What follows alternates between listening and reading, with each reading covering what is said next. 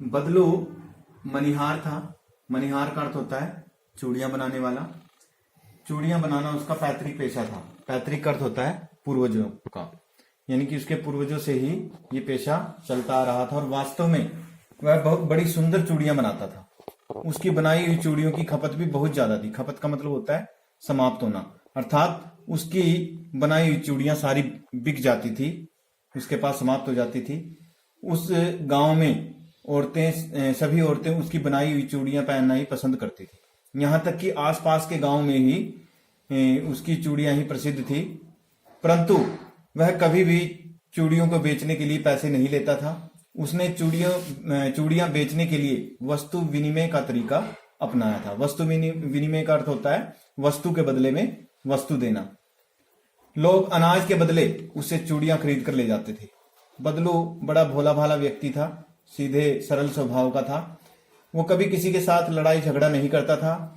हाँ, एक बात यह है कि वह शादी विवाह के अवसर पर जिद पकड़ लेता था, बड़ी जिद करता था, और उस समय वह अपनी चूड़ियों की पूरी कीमत वसूल करता था। आखिरकार उसके लिए सुहाग के जोड़े का बड़ा महत्व था। लेखक को याद आता है कि उसके मामा के यहाँ किसी लड़की की शादी थी, तो वह एक बात पर अड़ गया था। तब उसको मनाने में लोहे लग गए। लोहे लगना मीन्स बड़ी कठिनाई से उसे मनाया गया। विवाह में उसके बनाए हुए जोड़े का, चूड़ियों के जोड़े का बड़ा ही महत्व होता था, और वह इसके लिए मुंह मांगी कीमत वसूल करता था। उसकी पत्नी को ढेर सारे कपड़े मिलते थे, उन्हें ढेर सारा अनाज मिलता था, साथ ही पगड़ी मिलती थी। पगड़ी एक प्रकार का वस्त्र होता है जिसे सिर के ऊपर पहना जाता है, और इसके अलावा उसे रुपए पैसे मिलते थे। इस संसार में बदलू को केवल एक ही बात से चिढ़ थी। एक ही बात से वो बहुत ज्यादा चिढ़ता था, और वो थी कांच की चूड़ियां। जब वह किसी औरत के हाथों में कांच की चूड़ियां देख लेता था तो उसे बड़ा गुस्सा आता था। गुस्से में आकर कभी तो दो चार बातें भी वो सुना देता था।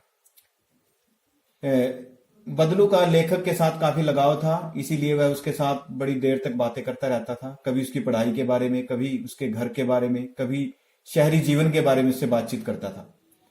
तब लेखक उसे कहता कि शहर में तो सब कांच की चूड़ियां पहनते हैं, तो वह उत्तर देता कि शहर की बात और है। शहर में और गांव में बड़ा अंतर है। गांव में शर्म लिहाज है, लेकिन शहर की औरतें खुले विचारों की होती है। वो पुरुषों के साथ घूमने में, उनके साथ बातचीत करने में शर्म महसूस नहीं करती। और साथ ही बदलू का यह भी मानना था कि उनकी कलाइयां जो बड़ी नाजुक होती है, जो लाख की चूड़ियों का भार सहन नहीं कर सकती। कभी कभी बदलू लेखक की बड़ी अच्छी खातिर करता था, उसे खाने के लिए बहुत अच्छी अच्छी चीजें देता था। गाय के दूध में से वह उसके लिए मलाई बचा कर रखता था।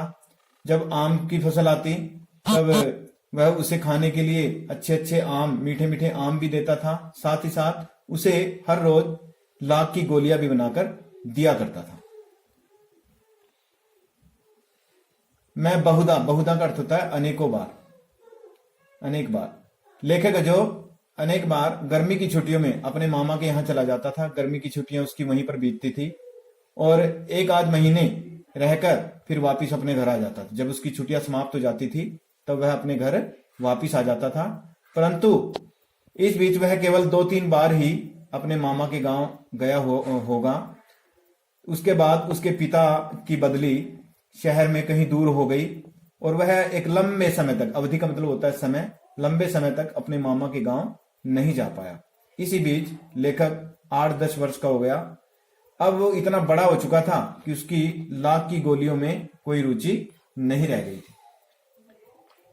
जब उसे इसके बाद जब उसे अपने मामा के गांव आने का अवसर मिला तो गांव में रहते हुए उसे कई दिन हो गए, लेकिन उसे बदलू का ध्यान तक नहीं आया।